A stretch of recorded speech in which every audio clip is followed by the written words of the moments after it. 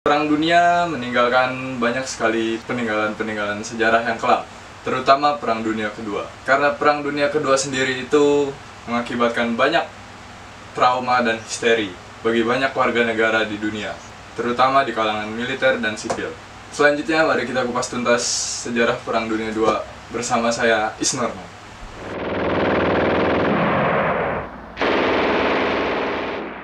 Perang Dunia II adalah perang yang melibatkan hampir seluruh negara di belahan dunia. Perang ini terjadi pada tahun 1939 sampai 1945. Pada perang ini ada dua pihak yang terlibat, yaitu Blok Poros dan Blok Sekutu. Nah, Blok Poros sendiri, pihak yang paling terlibat dalam perang adalah Nazi, Jepang, Italia, dan Hungaria.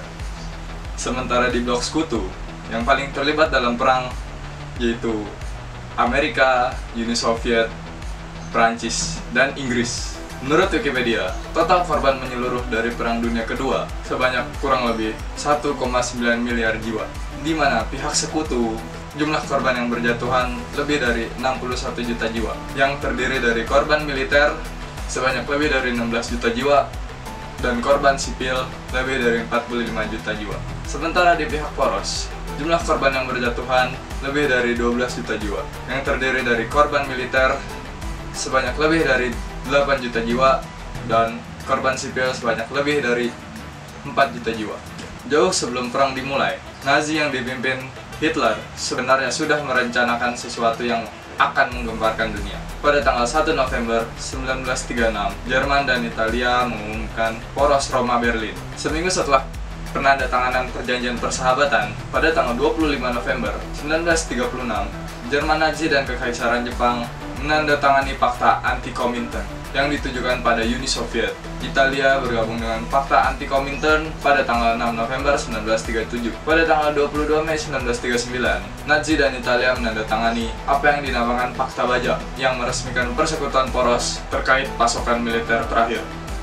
Pada tanggal 27 September 1940, Jerman, Italia, dan Jepang menandatangani Fakta Tripartit yang kemudian dikenal sebagai Persekutuan Blok Poros. Hungaria bergabung dengan Blok Poros pada tanggal 20 November 1940 dan Rumania bergabung pada tanggal 23 November 1940. Invasi Nazi ke Polandia. Pada tanggal 1 September 1939, Jerman menyerang Polandia. Untuk menjustifikasi tindakan tersebut, para propagandis Nazi mengklaim secara dusta bahwa Polandia sudah berencana bersama sekutunya Britania Raya alias Inggris dan Prancis untuk mengepung dan memecah Nazi, dan bahwa rakyat Polandia menganiaya warga etnis Jerman. SS yang bersekongkol dengan militer Jerman melancarkan serangan pura-pura Polandia terhadap stasiun radio Jerman. Hitler lantas memanfaatkan aksi ini untuk melancarkan kampanye balas dendam terhadap Polandia. Polandia terlambat melakukan mobilisasi dan pertimbangan politis, memaksa tentaranya untuk melancarkan serangan militer yang tidak menguntungkan. Tentara Polandia pun juga kalah dalam sisi jumlah. Meski berperang dengan gagah berani dan menimbulkan korban besar pada pasukan Nazi, tentara Polandia menuai kekalahan dalam hitungan minggu. Dari Prusia Timur dan Nazi di sisi utara, dan Silesia serta Slovakia di sisi selatan, satuan militer Jerman dengan lebih dari 2.000 tank dan 1.000 lebih pesawat tempur berhasil menembus pertahanan pasukan Polandia di sepanjang wilayah perbatasan dan merangsak masuk hingga Warsaw dalam serangan pengepungan besar-besaran. Setelah diojeni granat dan bom tanpa henti, Warsaw menyerah kepada Jerman pada 27 September 1939. Inggris dan Prancis pada saat itu yang memegang janji untuk menjamin wilayah perbatasan Polandia menyatakan perang terhadap Nazi pada tanggal 3 September 1939. Uni Soviet menyerang Polandia Timur pada 17 September 1939. Perlawanan pamungkas berakhir pada 6 Oktober. Garis demarkasi bagi pemisahan negara Polandia yang diduduki Jerman dan Soviet adalah di sepanjang Sungai Bug. Nah, apa tujuan Uni Soviet menyerang Polandia? Dan kenapa malah bekerja sama dengan Nazi? Karena Uni Soviet berpikir bahwa ia dapat menguasai negara-negara Baltik serta bagian Polandia jika bersekutu dengan Jerman. Tapi Nazi malah menyerang Uni Soviet pada bulan Juni 1941. Hitler percaya bahwa Uni Soviet dapat dikalahkan dengan serangan kilat dan terus-menerus mengingat keadaan Uni Soviet yang tidak siap perang, serta berharap kemenangan itu akan memaksa Britania atau Inggris mengadakan negosiasi dan mengakhiri peperangan. Hitler juga ingin mendahului menyerang Uni Soviet sementara Uni Soviet lengah. Pada tanggal 2 Juni tahun 1941 sampai November 1941, Nazi dan mitra porosnya, kecuali Bulgaria, menginvasi Uni Soviet. Finlandia mencari ganti rugi atas kehilangan wilayah dalam gencatan senjata yang mengakhiri Perang Musim Dingin. Bergabung dengan poros sebelum invasi, Nazi dengan segera menyerbu negara-negara Baltik bersama Finlandia yang mengepung Leningrad atau sekarang St. Petersburg pada September. Di pusat, Nazi merebut Smolensk pada awal Agustus dan merangsek menuju Moskow pada Oktober. Di selatan, pasukan Jerman dan Rumania merebut Kiev pada September dan merebut Rostov yang terletak di pinggir sungai Don pada November. Pada tanggal 6 Desember 1941, serangan balasan Soviet yang memukul mundur pasukan Jerman dengan penarikan pasukan yang kacau balau. Pada tanggal 7 Desember tahun 1941, Jepang menghancur-leburkan Pearl Harbor. Kenapa Jepang menyerang Pearl Harbor? Bukan kota-kota yang lain seperti Washington DC, Philadelphia, atau kota-kota yang lain. Karena Jepang ingin menguasai Asia Tenggara dan Pasifik beserta sumber dayanya. Namun, ada satu masalah. Sudah ada negara lain yang sedang menjajah. Bisa dibilang seperti Belanda, Inggris, dan Amerika Serikat. Dan daerah tersebut juga penuh dengan lautan.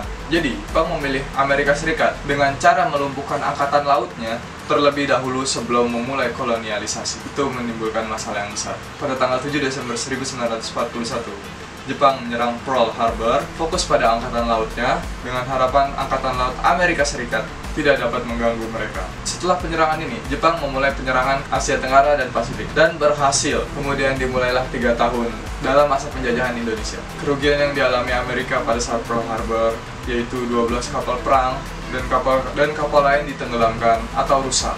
188 pesawat terbang dimusnahkan, 155 telah rusak, dan 2.403 orang meninggal, termasuk kapal kebanggaan mereka yaitu USS Arizona yang meledak dan tenggelam, dan saat itu juga menyebabkan 1.100 orang kehilangan nyawa di kapal tersebut. Itu hampir separuh dari jumlah korban Amerika yang meninggal. Bangkai USS Arizona sekarang diabadikan menjadi tugu peringatan kepada mereka yang tewas pada hari itu. Kebanyakan dari mereka terkubur dalam kapal tersebut.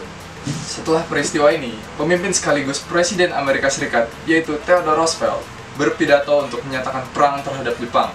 Presiden Theodore Roosevelt menyatakan dalam pidatonya, "I ask that the Congress declare that since the unprovoked and the startling attack by Japan on Sunday, December 7, a state of war has existed between the United States of America and Japanese Empire." Yang artinya, saya meminta kepada Kongres bahwa sejak serangan yang sangat pengecut dan tidak diprovokasi oleh Jepang pada Minggu 7 Desember 1941, perang antara Amerika Serikat dan Jepang telah dimulai.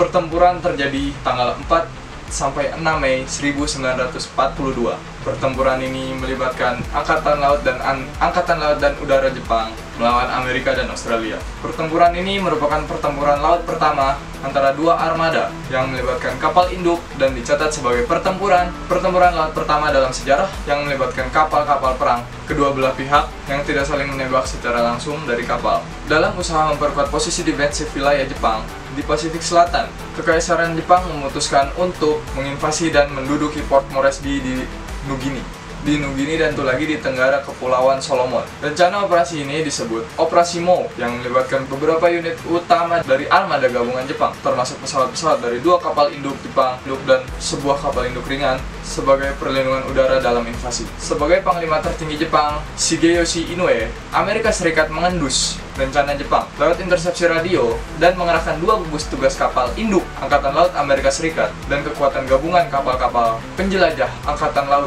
Diraja Australia dan Amerika Serikat. Pertempuran ini berakhir dengan kemenangan pihak taktis Jepang dalam hal jumlah kapal-kapal musuh yang berhasil ditenggelamkan. Namun sebaliknya, pertempuran ini berarti kemenangan strategis bagi pihak Amerika Serikat dan Australia. Berdasarkan beberapa alasan, ekspansi wilayah Jepang yang sebelumnya tidak tertahankan untuk pertama kalinya berhasil ditahan dalam pertempuran ini. Jepang juga mengalami kerugian besar, yaitu dua kapal induknya yang mungkin bisa dikatakan terkuat, yaitu kapal induk Shokaku dan Zuikaku mengalami rusak berat. Zuikaku kehabisan pesawat sehingga tidak dapat turut serta dalam pertempuran Midway yang berlangsung bulan berikutnya, dan kapal induk Shokaku mengalami rusak berat.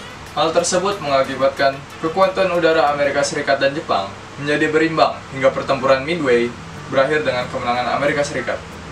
Oke, nanti kita lanjutkan di part berikutnya, yaitu pertempuran Leningrad dan Midway. Kalau kalian suka video ini, jangan lupa like, comment, and share, dan subscribe agar gue bakal bikin konten-konten sejarah lebih banyak lagi, oke? Oh ya guys, sejarah itu adalah bagian penting dari kita semua dan jangan sekali-sekali melupakan sejarah.